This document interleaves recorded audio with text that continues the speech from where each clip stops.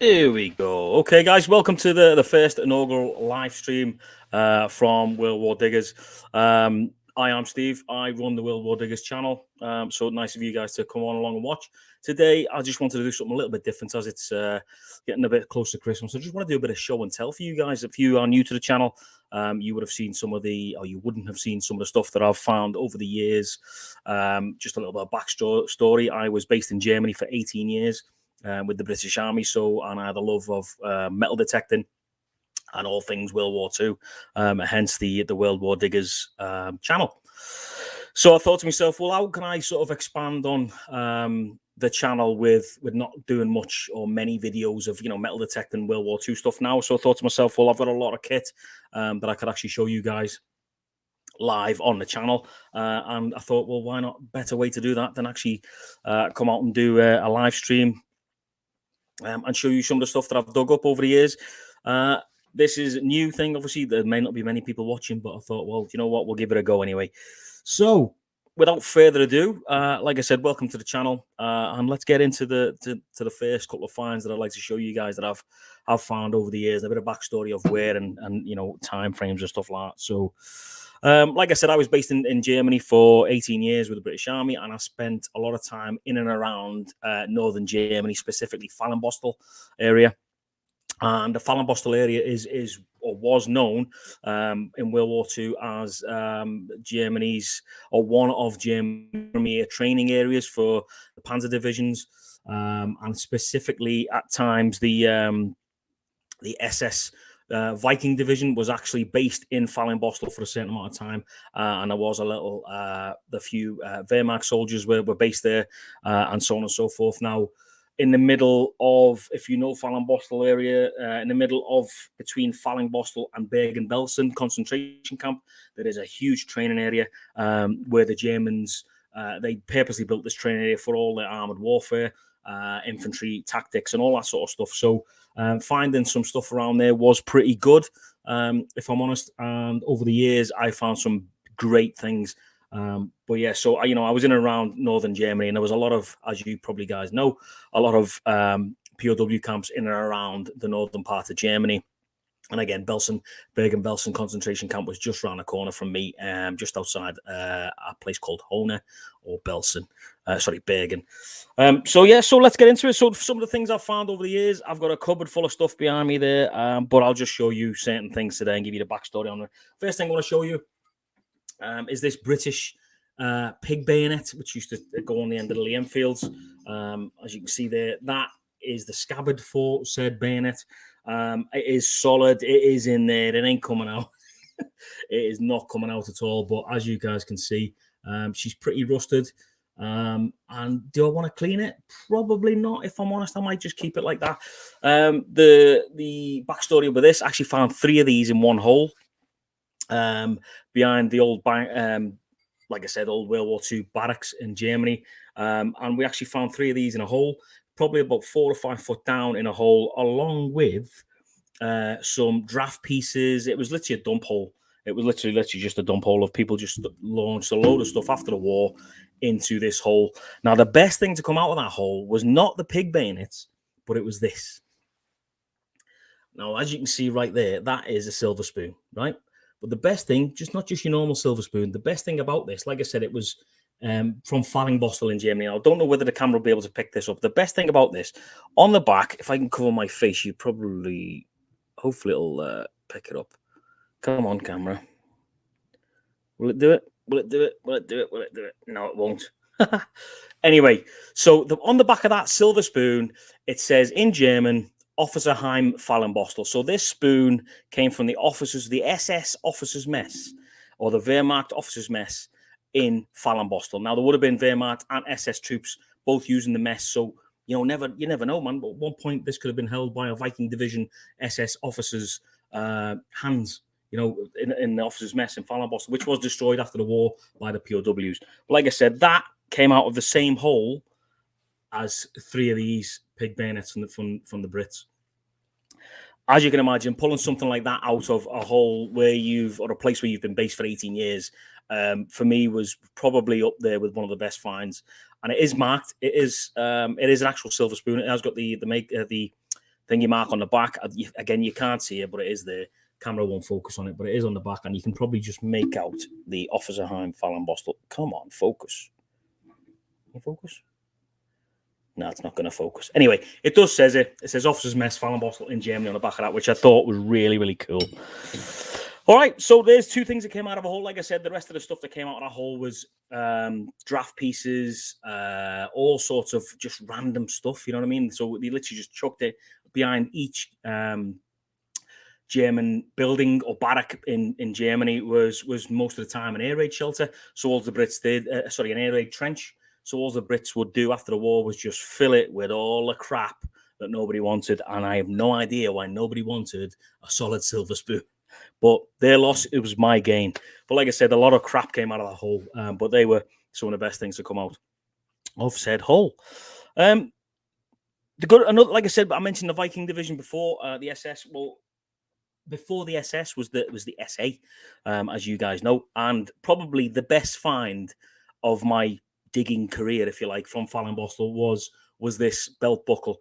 Now, I dug this same area, a playing field where the lads used to play football or soccer over the years, and I dug this playing field up time after time after time, and I never found this until I went out one night, and I thought, right, I'm just going to go out one last time, see if I can cover the whole field, and see what's left that I hadn't found already.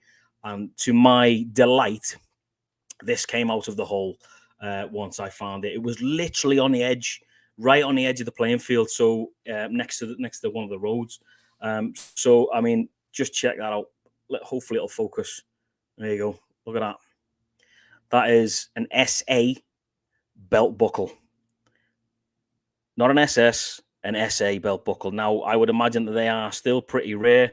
And it is in pretty good condition considering it has been, it was in a hole for 70 plus years by the time I found it. But yeah, there you go. So I have tried to clean it a little bit, as you can see in the corner, but I don't want to mess with it that much. But the difference between these guys and obviously the SS was it had a different swastika on the front there, and as you can see, the old style SA swastika on the front, and there's the back. You can just see it there. So yeah, for me, it's starting to oxidize, obviously, at the back. For me, that was probably one of my top two finds, probably number one find over the years that I found in Germany, especially in and around Fallenbostel area. Awesome find.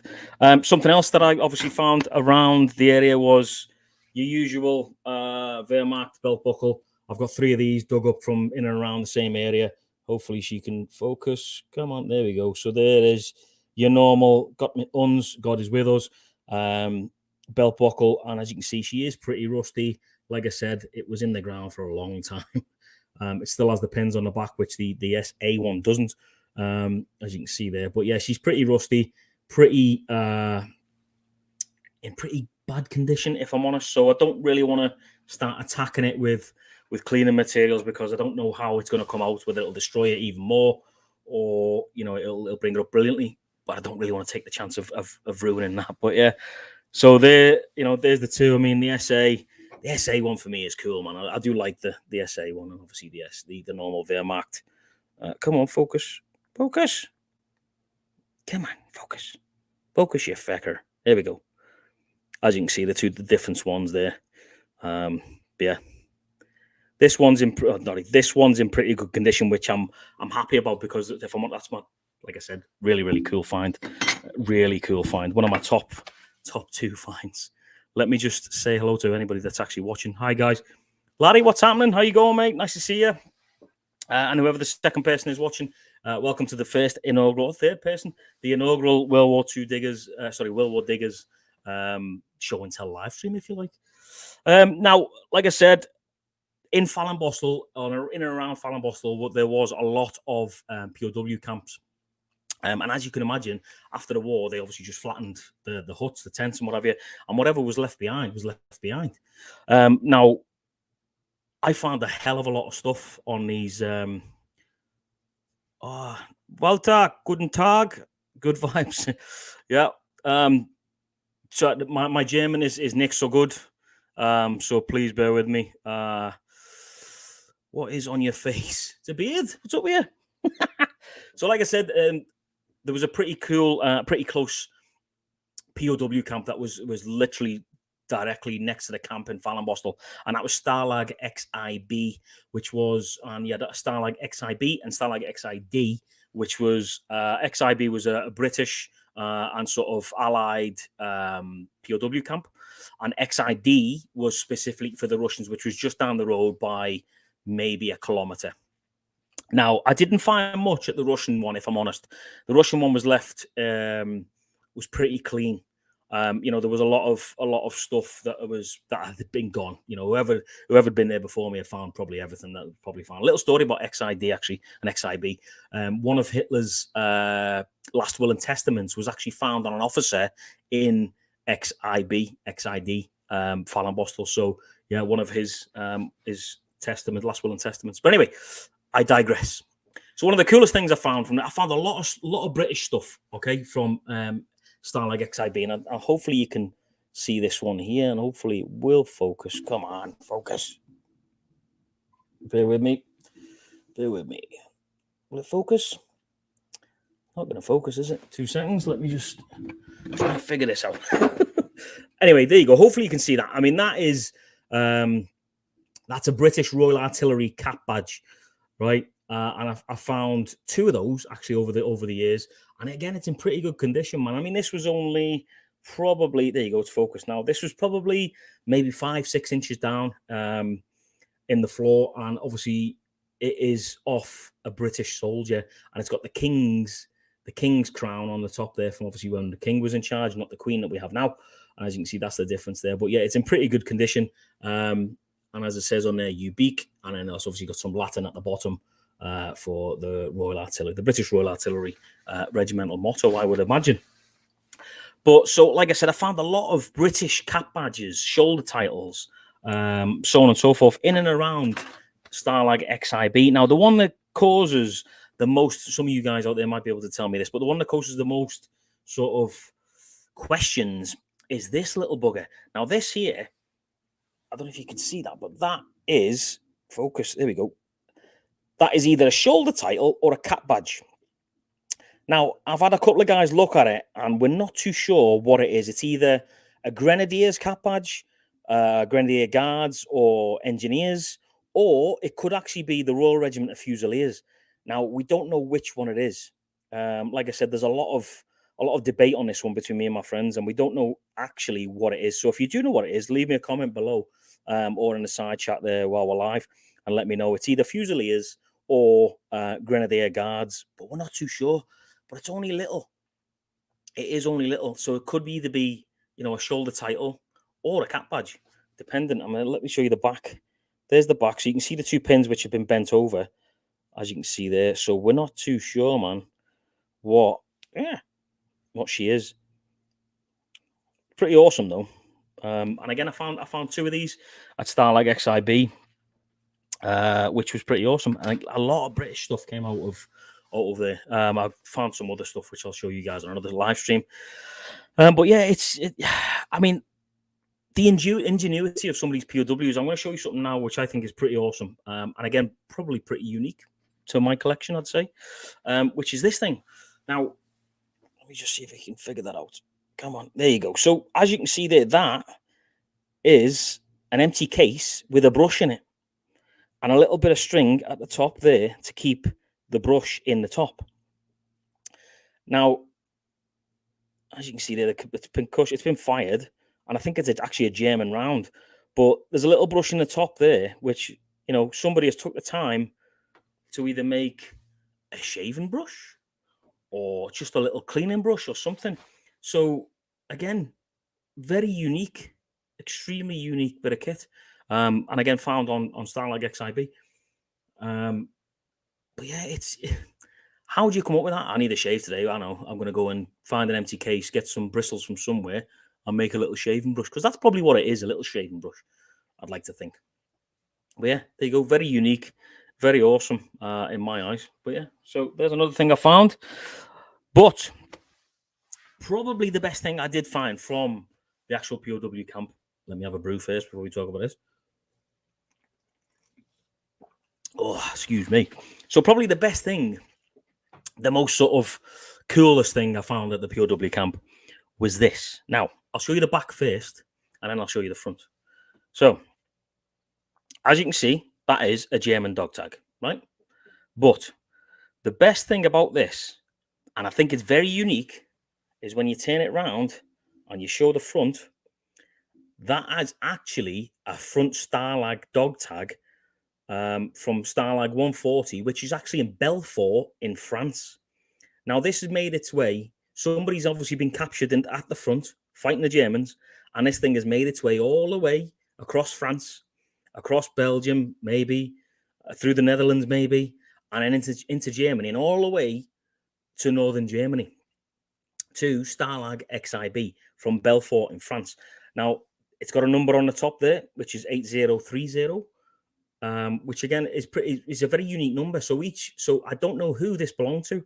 I've tried to find if the museum in Belfort, because there is actually a museum or a website dedicated to the front Stalag at Belfort in France, but trying to find a name to go with 8030 is pretty tough. I might actually eventually have to take a picture of it and email the guys at the museum. But for me, I think that's very cool, especially the fact that it's on a German dog tag as well, which is awesome, or a German style dog tag, and the fact that it is, a front Stalag. There's not many of them around, because by the time they got to an actual Stalag, they would have been revamped. These probably would have been thrown away, and they would have been given another number. With the actual POW camp where they were at would have been on there. Now, that's why I think that's very unique. And again, this was not deep, man. I'd covered this area, again, maybe 15, 20 times. And every time I went back to the POW camp, I'd find something new. But this, to me, symbolizes everything, the journey of a POW from Germany, from France, who, it could have been an Allied soldier, it could have been a British soldier, it could have been a Netherlands soldier, it could have been, anybody really. It could have been a French soldier, for all I know. But the fact that this thing, was made its way all the way from France, right across the way Europe to northern Germany, I think is phenomenal, and it ends up in the hands of me for the channel. And you guys can see the video, the actual live video of me. It's not live, obviously, but the video of me digging this up and the shock on my face when I found it. The good thing about this, when I found it, it was, so I dug a hole, as you do, lifted the topsoil off, and as I lifted the topsoil off, there was an imprint of that in the topsoil. So as soon as I seen that, I was like, ooh, we got something good here. Hello. Hey, dude, mein Deutsch ist nicht so gut.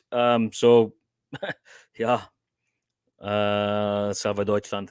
Yeah, man, I don't know if you can understand English, but I spent 18 years in Deutschland, 18 Jahre in Deutschland. Love it. Always have a place in my heart. Always. Ich liebe Deutschland. So, yeah, so that is pretty awesome, man. I think that is a pretty cool find, and one of my prized possessions, if I'm honest. And I'd love to do a little bit more research on that. And probably I am actually going to message the museum in Belfort in France and say to these guys, I found this in Stalag XIB in Germany, in northern Germany, in Flohmarkts. And I would love to know who it belonged to, whether it be a French soldier, a British soldier. Focus. Come on. Bloody thing, I'm out of focus. 2 seconds, guys. There we go. Come on, focus. Bloody thing. There we go. Maybe not. Hello, come on. Focus. Bloody. There we go. That's better. Bloody cameras. So, yeah, so I'm going to have to get this looked at by the guys in Belfort in France. Like I said, it travelled all the way. It was given to I keep saying Commonwealth soldier. It was given to an Allied soldier and taken all the way from Belfort in France, right the way back to Germany, to northern Germany. Phenomenal find in my eyes. A really, really cool find. For those guys that are just joining now, I've just been showing this. You going to focus or what? Play the game, man. Hang on. Put that behind it. There we go. My SA belt buckle that I found in Flohmarkts, Germany, in amazing condition. Fantastic condition. And again, that was dug up from the floor. Focus, you fucking thing. There we go. Right, so another thing that came out of the numerous places that I dug up in and around Fallonbostel camp was this. Again, it's very unique, guys. And this is the good thing about digging, about metal detecting, is you find some unique stuff over the time that you start doing it. Now, this is a Hitler Youth sports badge, right? However, it's molded out of lead, and that was found at the bottom. Let me just do this again. Come on, there we go. And that was, as you can see there, that was found no deeper than maybe 7 or 8 inches down at the base of a tree. Now, my thinking on this is that, I mean, it's dead heavy. I mean, it's super heavy. And as you can see on the back there, it's got, pitting and stuff like that. So if you can see it, but yeah, it's a mold. It's a lead mold. So fantastic. Very unique find again. But my thinking on this is, where the Viking division used to be based in Fallonbostel for a certain amount of time, then go out onto the back and the train area and train, was that maybe one of the soldiers was in the Hitler Youth, and maybe he lost his badge, his original badge, over the years, and maybe he thought, well, do you know what? I want another one. So he made a mold of an original badge, clearly, because it's got all the writing around the sides, right? And then he's filled up some lead, melted down some lead, put it into the mold, and this is what he's made. And it's come out, maybe it's come out the way he didn't like it or whatever, and he just chucked it. He's just thrown it and thought, that's rubbish. I'm throwing it away. Well, I actually found it. So, and the best thing about this was literally about a foot away from the hole that this came out of was this.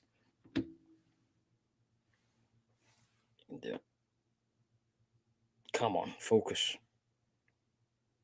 There we go. Again, another Hitler Youth badge, literally about a foot away, maybe 2 foot maximum. But I just find it, very sort of unique that and that were literally that far apart, maybe. But that to me, I mean, that's an awesome find. It really is.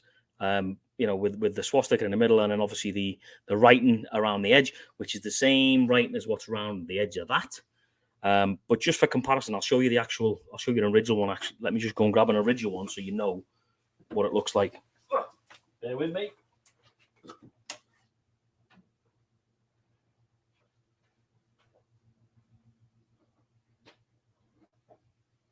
Yeah, man. They're here somewhere. Where are you? There he is. Right, got it. Excuse the curtains. So there's the original. There's a original one, right? And there's the melted down one. So he was obviously trying to make that with this, as you can see, which I think is pretty awesome. And again, there you can see the writing. Let me just do this. You can see the writing on the front of the badge. Come on. There you go. Right there. And then actually you can see where he's melted this down. You can see where the writing would have been. There you go. So, yeah. So, again, pretty awesome find, man. It really is. I mean, very unique stuff came out of the holes in and around the camp of Fallonbostel. Yeah, which was taken over by the British in 1945, and we never left till 2015, 16, I think it was. We handed the camp back to the Germans. Anyway, moving on. So another cool thing that came out of a hole in Fallonbostel was this. All right, this is a German dog tag. Okay, as you can see right there. But the cool thing about this is it's not, I used to be able to read it pretty good, but over the years, as you can see, it's got a little bit oxidized and sort of started, wasting away. But anyway, on there, it's actually from a soldier from the Nebel Ersatz battalion, which was a smoke generating battalion. So they had big smoke machines that would, make a huge smoke screen, basic smoke screen machines. And this is what this dog tag was from. Again, it was found in the middle, right in the middle of the Viking division camp. And it was again, it wasn't that deep, man. It was like in the bloody dump hole. So it was behind what was the old QM building, which was taken over by the British, and it was used as a QM building. But after that, this was probably, what's up, AB? How you doing, mate? Just showing some fines, bud. But yeah, this was probably maybe 6 to 10 inches down in the floor. And again, it's very unique. Now, I tracked the Nebel Ersatz battalion. I don't know if you can see. Come on, focus. There we go. I don't know if you can see it on the bottom, but it does actually say Nebel Ersatz battalion on there. You can see some writing. But yeah, so I tracked the Nebel Ersatz battalion. That was, it was a mobile battalion. So, and I think I found a piece where it said that these guys had followed the mobile V1, V2 rocket guys along as the retreat back to Germany happened. These guys were following the V1, V2 rockets, the mobile launchers, V2 mobile launchers. And they must have provided the smoke screen for the V1 and V2, or the V2 by the time it was, and the V2 mobile rocket launchers, which again I found absolutely fantastic and really fascinating. It's really cool. And this is what I love about history, is the fact that, you know, I can trace that back. And again, I need to find out who the guy was with number 2327. So it was Zwei Nebel Ersatz Battalion. So it was the second Nebel Ersatz Battalion. So the second smokescreen battalion, if you will. But again, a pretty awesome find, man. And I thought this is pretty cool. Another awesome piece to the collection.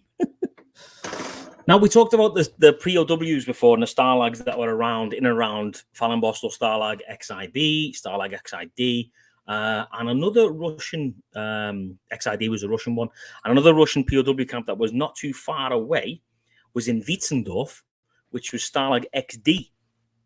Now, I'll read you a bit about Stalag XD now, just so you know how...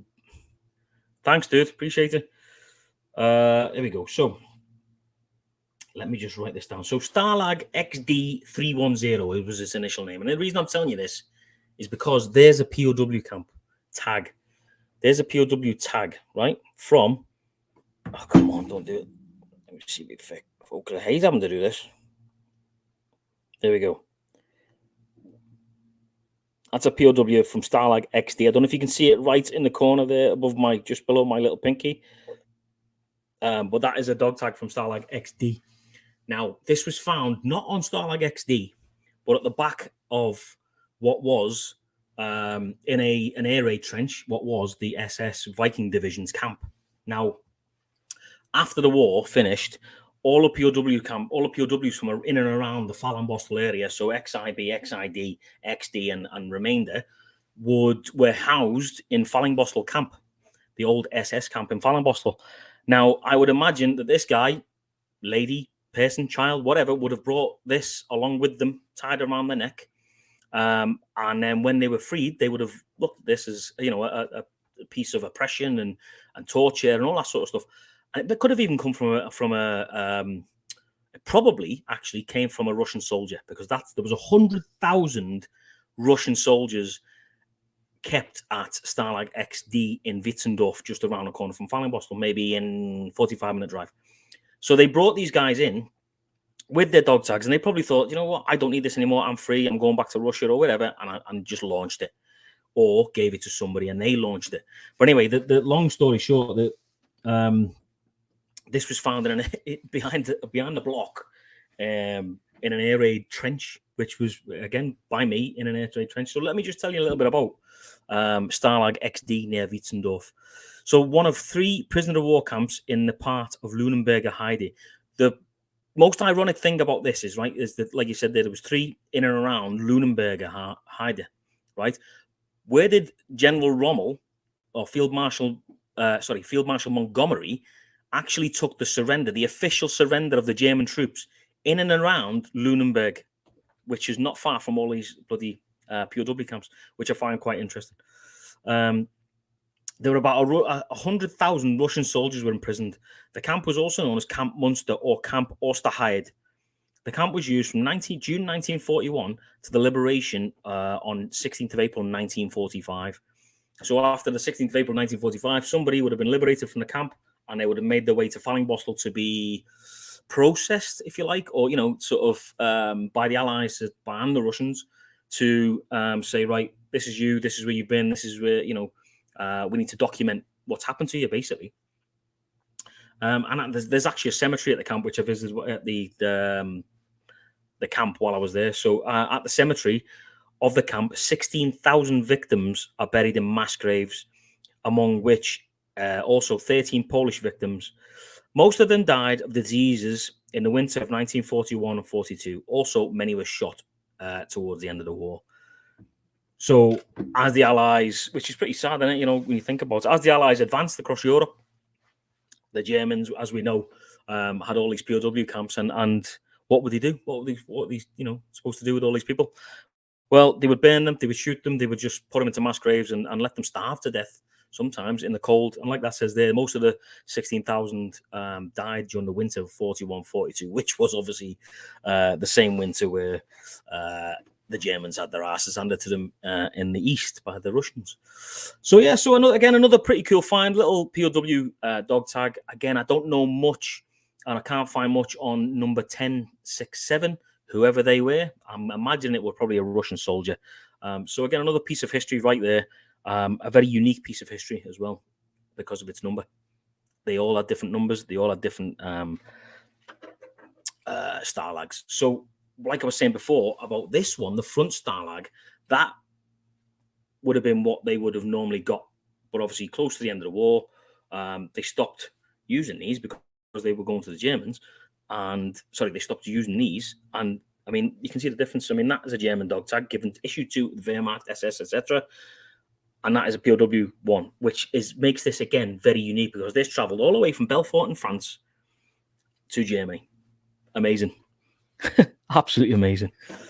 A couple more things I'd like to show you. Obviously, again, from in and around this northern part of Germany, there was also during World War One a POW camp in a town or just outside a town called Soltau. Now, I scoured this POW camp, which is basically just a forest now, with a few, you know, hills and stuff in between. I scoured it for ages. I found a few German coins from 1900, 1901, I think it was. But I also found this, and again, it's awesome, and I think I know what it is, but there's a lot of people saying that it's not what it is. Well, not a lot of people, a few people saying that's not what it is. So this is what I found. This, in my eyes,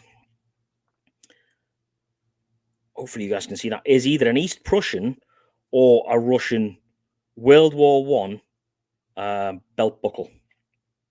Now, any of you guys in the side chat know what that is, then great, let me know. Or if you're watching this back, you know, whenever, then let me know. But the cool thing about this is it stood the test of time. It's solid. It literally is. It's, come on, focus. It's heavy, it's solid, and it's got, the detail on it is unbelievable still. You know, it was in the ground for probably over 100 years when I found it. But the good thing about it is on the back, I don't know if it will work, but there is actually, you can see that there. There's actually an inscription on the back, a number. So it says A07, I believe is what it says, or 04, but it could be in Russian. I think that's Russian, actually. Now we'll look at it properly. That could be in Russian. But again, I think it's an East Prussian belt buckle, and from what I've read and what I've seen, I think it's an East Prussian belt buckle, but you never know. There's that many of this type out there that, you know, it could be different. But yeah, when I found that, it was probably one of the only really good things I found from that World War One POW camp. And it is in really good condition, man. It really is. I mean, look at the state of that. That's over 100 odd years old compared to that, which came out the ground from World War Two. World War One, probably brass, actually. And then World War Two. It's just, you know, it's crazy. But yeah, there's a lot of detail on the front of that, which, you know, if you guys are watching this back later and you know what it is, then please let me know. I think it's East Prussian. I might be wrong. But yeah, again, awesome find. Right, just let me go and grab a few more things and show you guys some. Fuck, no, let's not do that because it's right in front of me. Right. So I've been scouring the camp for one of these for nigh on probably 3 years. Now, there was a guy there who ran the museum that had spent a lot of time in the army before me, and he'd probably spent maybe, I'm going to say, close to 20 years before me digging the camp up. Now, every time I found something, I'd go and see, Kev was his name, at the museum, and say, look what I've found. And he'd be like, how the bloody hell have you found that? I've scoured this camp. I didn't find this, blah, blah, blah, blah. And it just goes to show that there's actually stuff still out there that, when the place has been absolutely annihilated by metal detectors, there is actually stuff still out there for guys to find. Now, like I said, I scoured this camp for, I'm going to say, 2 years. And if it wasn't for Kev saying to me, have you checked behind this block here? Because I haven't checked behind there. And I said, well, I don't know. I'll go check that place out then. So I went thinking I'm never going to find, what I'm going to show you now. But I did. And I was like a kid in a candy store or a kid in a sweet shop. I couldn't believe what I dug up, if I'm honest. It's in a pretty bad way. Yes, because Northern Germany's pretty damp. But anyway, this is it. I'm going to leave it on the thing that it's on, just so you can show you. But there you go. How cool is that? That is a German helmet. German World War II helmet.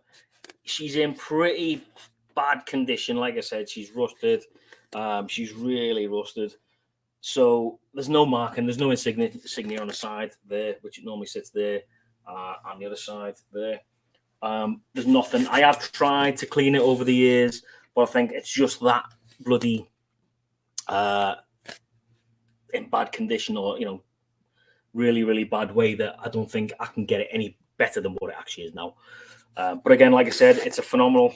I'm not sure what mark it is. I know there's a lot of marks out there. Let me take that off so you can show you the inside. But there you go. So there's the inside. It's still got a little bit of the liner there. The strap for the chin strap is there. The buckle for it. There's nothing on this side, and there's still a little bit of liner inside, and it's folded over on the top there as well. So I'd imagine it was folded over all the way around, which makes it probably a little a later version. But again, it is in a bad way. This thing was upside down like that in the hole when I found it. So it was covered in mud. It was packed with mud. And yeah, I mean, there's nothing. I can't find any markings on it whatsoever. But you can see the liner at the back there. Yes, I was super happy when I found that. Absolutely. But it would have been great if I'd have found something with markings on and a little bit better condition. But again, I don't care. It's a helmet. It's one of the only helmets I ever dug up, considering how long I spent over there. And yeah, she's in a bad way. But do you know what?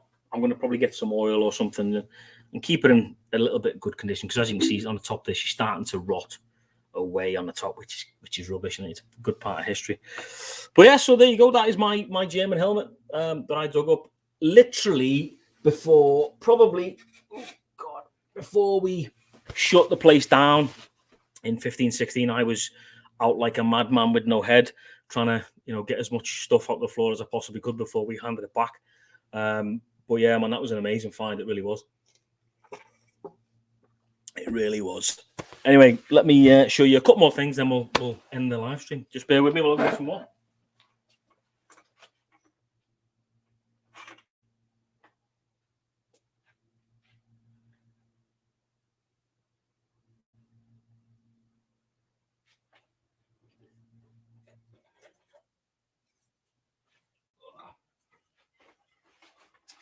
All right. So, like I said, the place was just, it was stuff everywhere. Absolutely stuff everywhere. One of the coolest things I did find was a canteen, a German canteen, German water canteen. And as you can see there, it's still got the lid on, which, and the strap. I think this is Bakelite. I'm sure it's Bakelite, actually, but it's still got the lid on. Still got the strap on, which moves around and around. And do I want to take the lid off? Probably not, because it might snap. But yeah, there you go. German soldier canteen. Pretty, bad way-ish. I've seen these in better condition, that's for sure. A few holes and what have you inside. But it's made of aluminium or aluminum for you American guys. But yeah, it's pretty. There's no markings on it or anything like that. And it was actually still in the leather pouch when I found it, but the leather pouch has just deteriorated over the years and gone away. But yeah, another cool find, man. A German World War II Wehrmacht SS, whatever, watering can. So, and the fact that it's still got the lid on is even better, I think. Really cool. Really cool find. One of the coolest finds I've made over the years, which was a bit of a disappointment when I got them all out, but eventually I did find marked ones anyway. But I found one of these on their own. So I did my research. I went to the guard house, so the German guard house of Stalag XIB in Fallenbostel. I found out exactly where it was. I thought to myself, right, that was a German position or a German, building. I'm going to go there. I'm going to see what's been left behind. So anyway, I was there for about maybe 10 minutes. I found one of these, right? German dog tag, which was blank. So I thought to myself, cool, I found a blank German dog tag. And then after that, they just kept coming. And I actually found in total, I mean, there's a load of them there. I mean, you can see them. There's an absolute wedge of them. But I actually found in total 58 blank dog tags. Now, again, this leads me back to Stalag, to front Stalag 140. Maybe during the war, the Germans were actually using their own dog tags if they ran out the square ones to make dog tags for POWs. Clearly, they might have been doing that because I found a load, an absolute wedge, all of those plus some. There's more behind me there in a hole, and I think it was about 57 dog tags all in all. And out of this hole, there was there was coal in there. It was a burn pit basically. So they'd obviously chucked all the stuff in there, set it on fire, and just left it and went. Now in the burn pit was a bit of paper. When turns out it was German, and it was a telephone log. I do have it, but it's very, very, very delicate. It's a telephone log from the camp, from the guard house, and it's got German writing on stuff. It's super hard to see, but you can see it. And that came out of the hole. I mean, that was in there for 70 odd years, 80 odd years. And you can still make out, when you burn paper, if it's burnt super thick stuff like a book or whatever, the papers in the middle and whatever will not probably burn eventually, but this was amazing to sit there and read a telephone log. It was about the same size as probably, I would say the piece is probably about the same size as the canteen actually. But you can read the stuff on there, and it's just amazing to, something again very unique that was pulled out of a hole in Germany. Fantastic. Anyway, that was it, guys. That was just today's show and tell. If you guys enjoyed it, then please remember to give it a thumbs up before you leave. And if you are indeed new to the channel, please remember to subscribe. It really does help the channel grow. So yeah, I'll do another one of these at some point over the next few weeks and show you some more from my collection. But yeah, that is a few bits and bobs from my collection that I dug up in and around northern Germany. So I hope you enjoyed that. Some unique stuff. In my eyes, I'd say there's a lot of unique stuff there. And again, absolute pleasure. Thanks for watching, guys. And I like sharing this type of stuff. So yeah, hope you enjoyed it. If you did, great. I'll do another one. Maybe you guys around the planet can show me some of your finds that you've had over the years. Make me just sit here talking to you guys. Maybe somebody else can come on the show. But anyway, that's that. I am Steve. I run the World War Diggers channel, and I'll see you on the next one. Take it easy. Be safe.